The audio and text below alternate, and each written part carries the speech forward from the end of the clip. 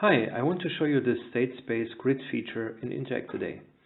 Now imagine we have a usability test and we have those two videos and we do some observations. So I position the video to the start point where I want to start my observation.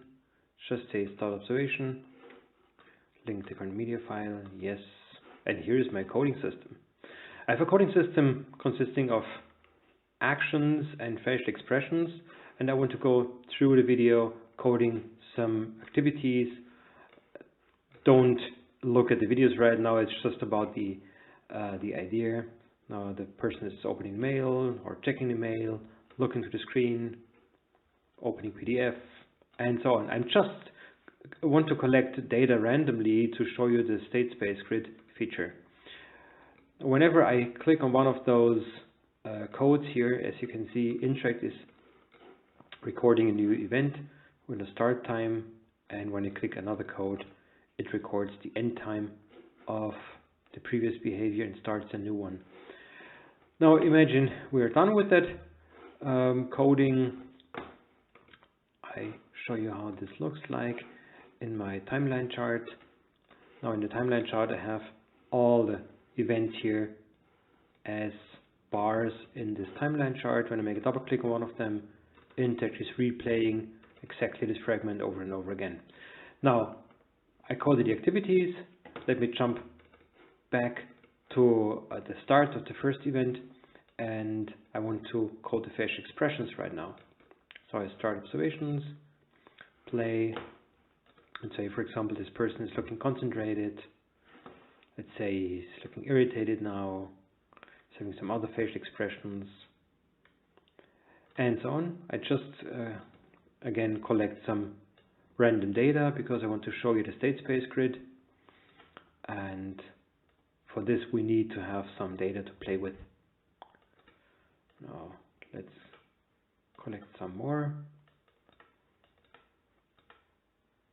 Okay, I think this should be enough.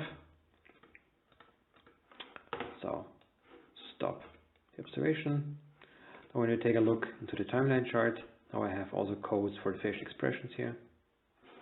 I see in the upper part, I see all the actions, and in the lower part I see the facial expressions, and now they are co-occurring behaviors or codes.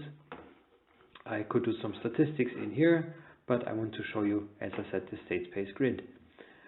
Now when I click on the state space grid, it immediately opens and shows all the data that has been coded. Now how can we read the data right now? First we have a data group and a data set, which is this one here, and we have classes on the on axis number 1, and we have classes on axis number 2. On axis number 1 we have the actions, which are those here, and on the other axis we have the facial expressions, which are those here. Now that's exactly what you would see in the timeline chart. Let me show that again. You're seeing here the actions and the facial expression at the same time, for example. So they co-occur for a certain amount of time. Let's go back to the state space grid. That's exactly what you see here. Let me rearrange that. Now here is a time bar, and the time bar shows me the current time information. If I select only a fragment, I only see what's going on at the start. Now this participant is opening the mail, and now I can play that behavior or replay that behavior, and this allows me to see from which state to which other state the behavior is changing or the activities are changing. Now let's go back again to the start. Here we have the activity opening a mail, no facial expression. This is because this is how we coded it. We don't have facial expression coded during that time here. And from opening the mails, the behavioral state is going into concentrated opening mails, which is this one here, concentrated opening mails.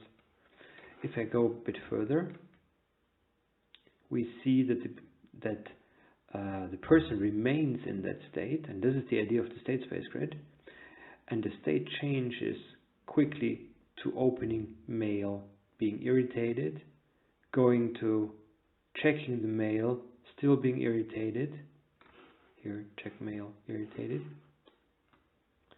going to check mail, other facial expression, looking on the screen, and so on. So in this way you can replay the behavior, and the size of the circle always shows how long this person remains in that state.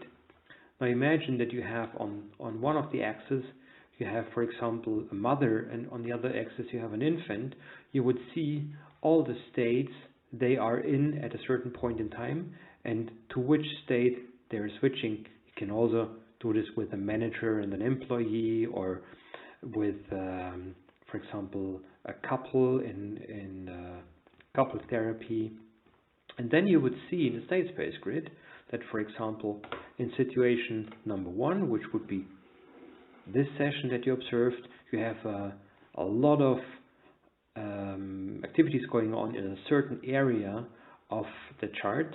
And if you compare this to another study, for example, after you gave some consultancy to a couple or some advice to a parent, then you would see that this behavior is, for example, changing into a different area of the chart. And this is a very, very nice representation that allows you to quickly show that the behavior obviously is completely different in situation number 1 and situation number 2. You can also do this with lots of data sets. Let me close it and go to the start.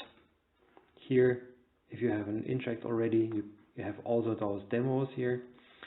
So you can select the state space grid demo file, which is a bigger data file having multiple data groups and data sets.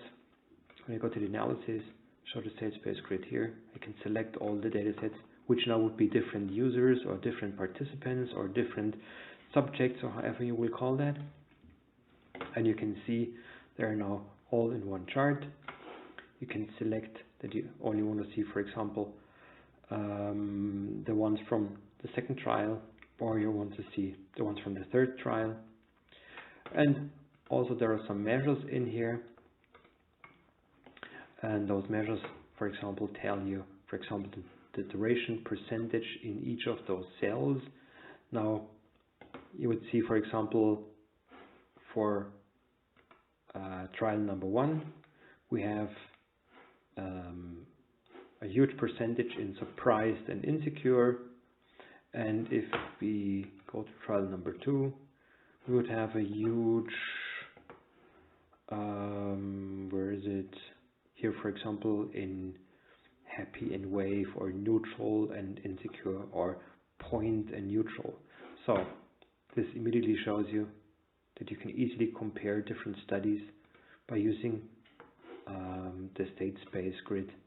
And also the visualization is very nice because you can replay all that behavior, and this allows you to see what was really going on during your recorded video session. I hope you like this, and to see you soon again on one of the next demonstrations of Interact or any of our other products. And thank you and goodbye.